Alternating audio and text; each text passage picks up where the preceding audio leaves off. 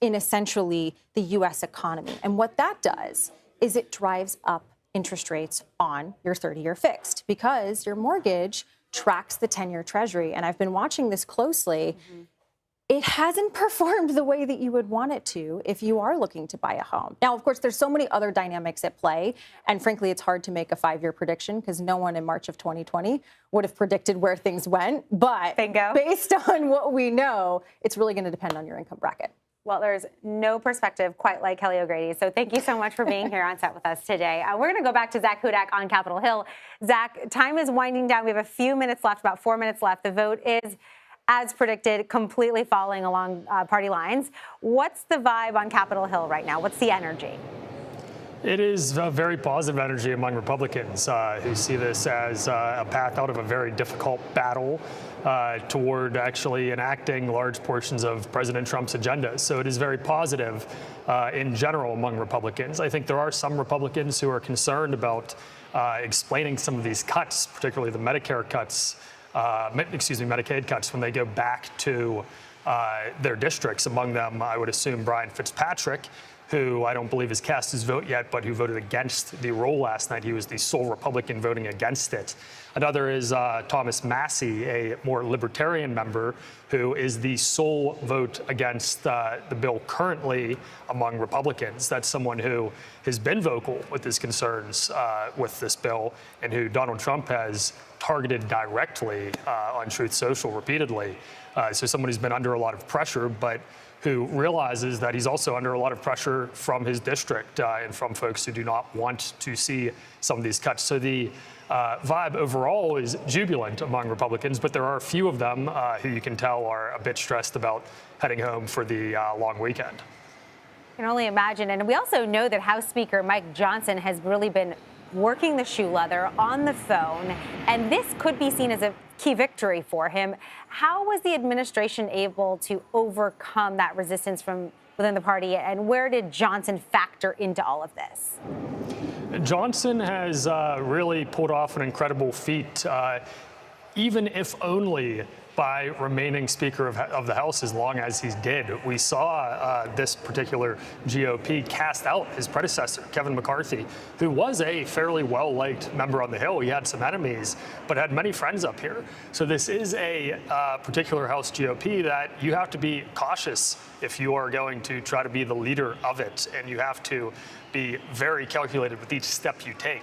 I think Johnson is very well liked and trusted by both ends of the GOP, and I think that was helpful. And I think the other key X factor is that he's very, very good at working with President Trump and strategizing together. We saw President Trump posting on Truth Social, making calls to members and whipping votes along with Johnson. I think the key to Johnson's success has been his ability to work in conjunction with Donald Trump and work in conjunction with Donald Trump in a way that Donald Trump has not acted out in ways that we've seen him do in the past, aside from some strongly worded Truth Socials about members who aren't falling in line. He has acted really as a member of House leadership and, as I said, whipping votes and making deals. So I think it's that partnership that has allowed Johnson to get this done. And as I've said a few times here, it really is an amazing feat that, as we've seen, has taken well over 24 hours straight here.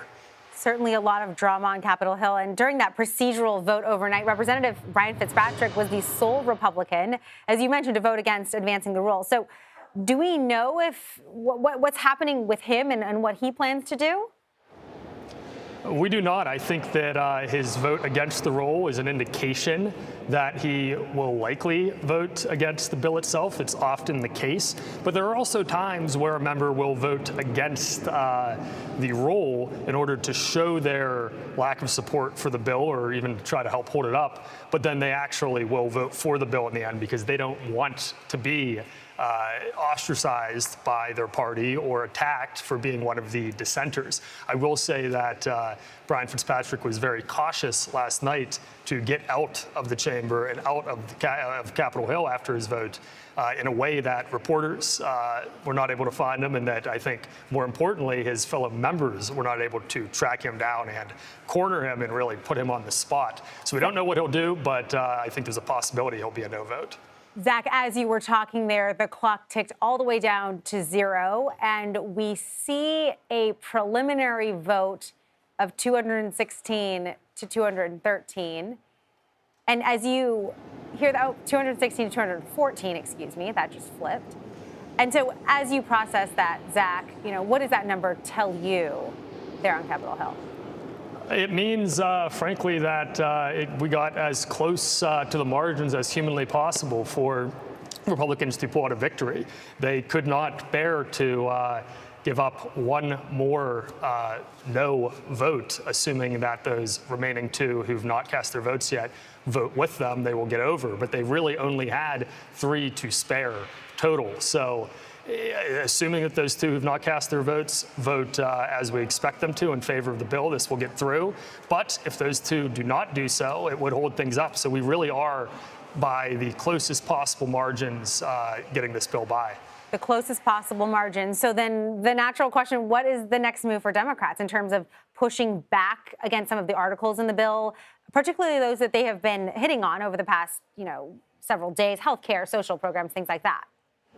It's going to be messaging. It's going to be getting out to those districts, particularly the battleground ones. We heard of Leader Jeffries point out particularly David Valladano and Juan Ciscomani, who are in districts that Democrats are targeting specifically. So I think we're going to see ads go up in those districts, really tying members like those members to the vote and explaining to voters, look, this is going to take away health care benefits. This is going to take away hospital funding. This is going to increase tax cuts for the rich. And really trying to hammer home to voters that for many of them, this is a bill that does not help them. So I think really the next step for Democrats is to continue what Hakeem Jeffries began today, which is the counterpunch of extreme messaging and trying, hopefully, for them to win back the House in the midterms. I want to go back, Zach, thank you. Fantastic analysis from the Hill as this is all unfolding live. I want to go back to CBS News White House reporter Aaron Navarro. Have we heard anything else from the White House? We know the president is always very quick to react on Truth Social. Have we heard anything yet? Yeah, nothing yet on Truth Social. You're starting to see some statements trickle out from White House officials, Deputy Chief of Staff, and during his campaign, a key political director, James Blair, posted thanking the White House Legislative Affairs team for getting this bill across the finish line. James wrote, quote, "It is the most consequential piece of Republican legislation in decades." We know that at least tonight, while he is speaking on the Iowa State Fair grounds, President Trump will be listing this bill as part of his, quote, accomplishments. That's what one White House official told us in a preview of his speech there. So he's definitely taking it directly to the people that will be impacted by this bill, at least tonight in Iowa. Aaron, I'm curious to know, so many families are gathering for the 4th of July holiday, and you mentioned getting the message to Iowa, but what do you think the White House's goal here is for that barbecue conversation when it comes to this legislation? Yeah, I mean, it's been something that they're going to be talking about and celebrating, in a sense, during the July 4th festivities. We've also heard potentially that the president may go out and travel to really play up the impacts of this bill. But just to touch on the point you made earlier, Democrats are just as eager to get on the road and potentially criticize this bill as well. We learned earlier today that California Governor Gavin Newsom, potential 2028 candidate, should he choose to do so, will be in the Palmetto State in South Carolina next week. We've seen him be critical about this bill. Other governors like Josh Shapiro, J.B. Pritzker of Illinois. So it's certainly fodder for when you think about 2028. But in terms of, the near term, the fact that some of the Medicaid cuts may not take effect until after the 2026 midterms could potentially help Republicans. But the White House is certainly celebrating at least this phase of it passing. We'll see how they look to amplify, positive sentiment about the bill in the coming weeks. Aaron, it looks as we follow this, there's one vote remaining, which means the GOP, preliminarily at least, has the votes to pass this bill. So as we look ahead to impact and also, sort of that early stage legacy, is there a sense that this bill will be the defining piece of legislation in the second term, at least so far? Yeah, it definitely has the potential to be because, control of Congress could change in just a year or so and going into the last 2 years of President Trump's term.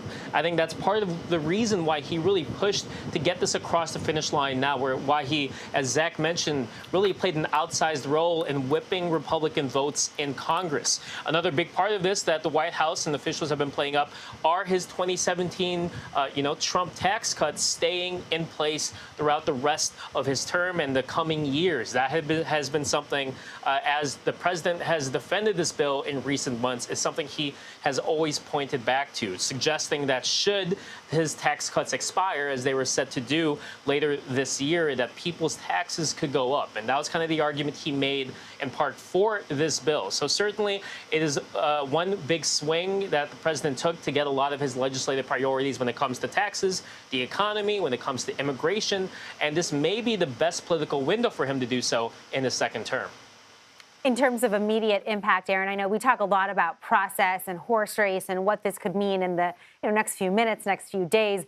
But when you look at this legislation and you look at what's coming out of the White House, what do you think the first impact will be?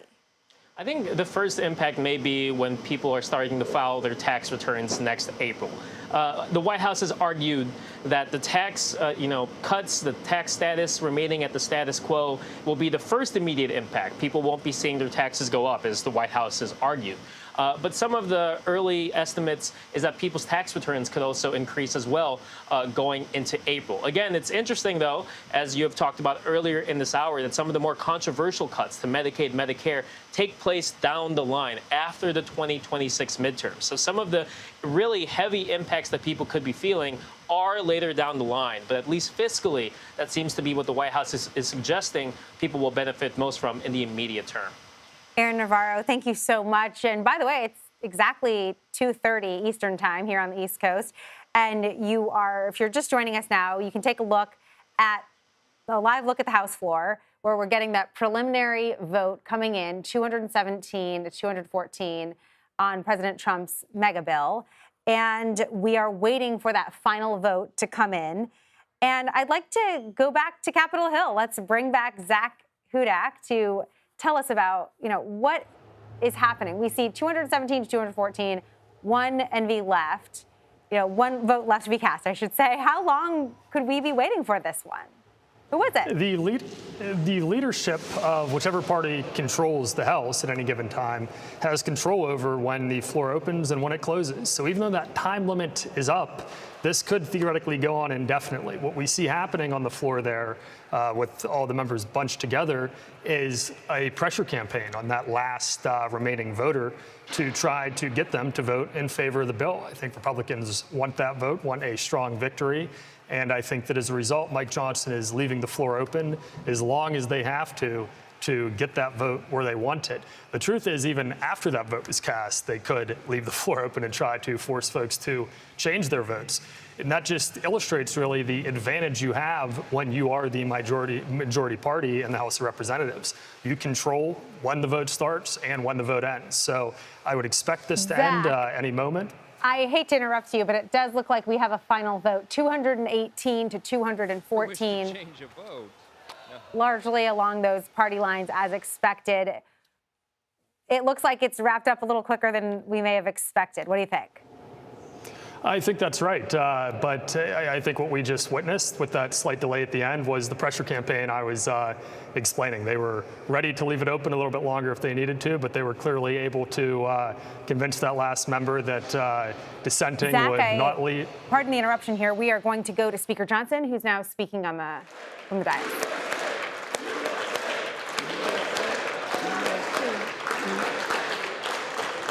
Without objection, the motion to reconsider is laid on the table.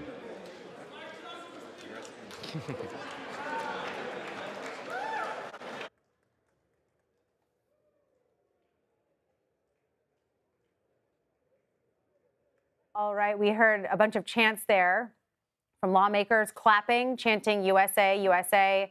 Speaker Johnson briefly taking the seat there, and now he's coming back down off of the podium. Let's bring back Zach, who's on Capitol Hill with us.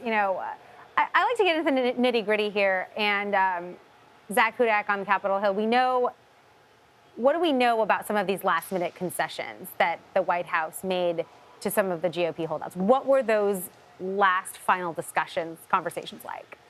We've been hearing some details from some of those members and hits they've done on cable and things like that, but we've not heard from the president. So I'd want to hold off till I hear from him what he's actually agreed to. But they are basically him promising to use his bully pulpit, his megaphone as the president, to support other initiatives that those members are interested in. And it's something that was particularly important for members in particularly red districts, because those members have to be able to go home this weekend for 4th of July and explain to their constituents who in those red districts want to see spending pulled back. They have to explain why the deficit is going to be raised $3 trillion for this bill. So by having a few concessions or a few things that the president said he'll help them out with, it helps them as they give that message to their constituents. They get to say, okay, we are going to be spending some more money, but the president has promised he's going to help us out on this, which will help you specifically. So I think that's why that was so impactful, particularly with those hardline Republicans. Zach, the House has now officially adjourned. They passed President Trump's mega bill, 218 to 214. We're going to go back now to the White House, to our CBS News White House reporter, Aaron Navarro. Aaron, the bill is officially passed through the House. What do you expect the president to say in terms of a victory, which he will clearly see this as in his eyes?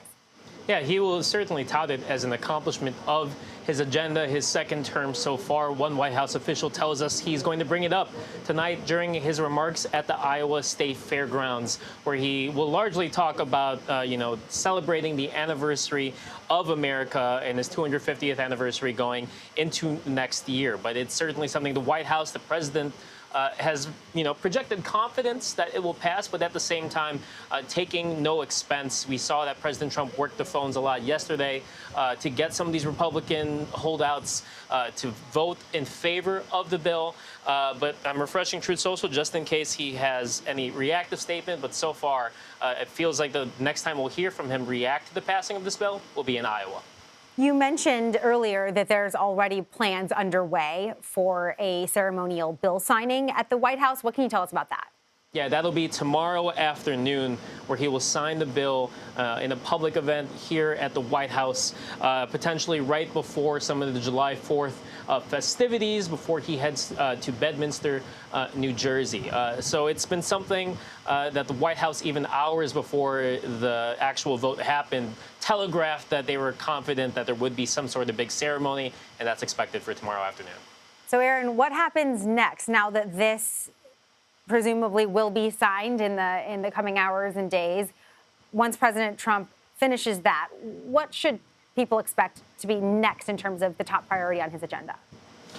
Certainly, foreign policy seems to be something that on the side and potentially going into this weekend is going to be at the forefront for President Trump. We know that he spoke to Russian President Putin earlier today. We have heard developments when it comes to Special Envoy Steve Witkoff working with Israel, an intermediary to work with Hamas in terms of getting a ceasefire between Israel and Gaza. So the focus may turn back to that. It may shift to immigration. You saw the president visit what has been dubbed, quote, Alligator Alcatraz in Florida earlier this week. But this certainly was something that President Trump had put a lot of political capital behind, at least in terms of getting this bill passed. Aaron Navarro hanging with us for the last 36 minutes and 30 seconds through all of that breaking news and the final vote there in the House. Thank you so much for being with us today.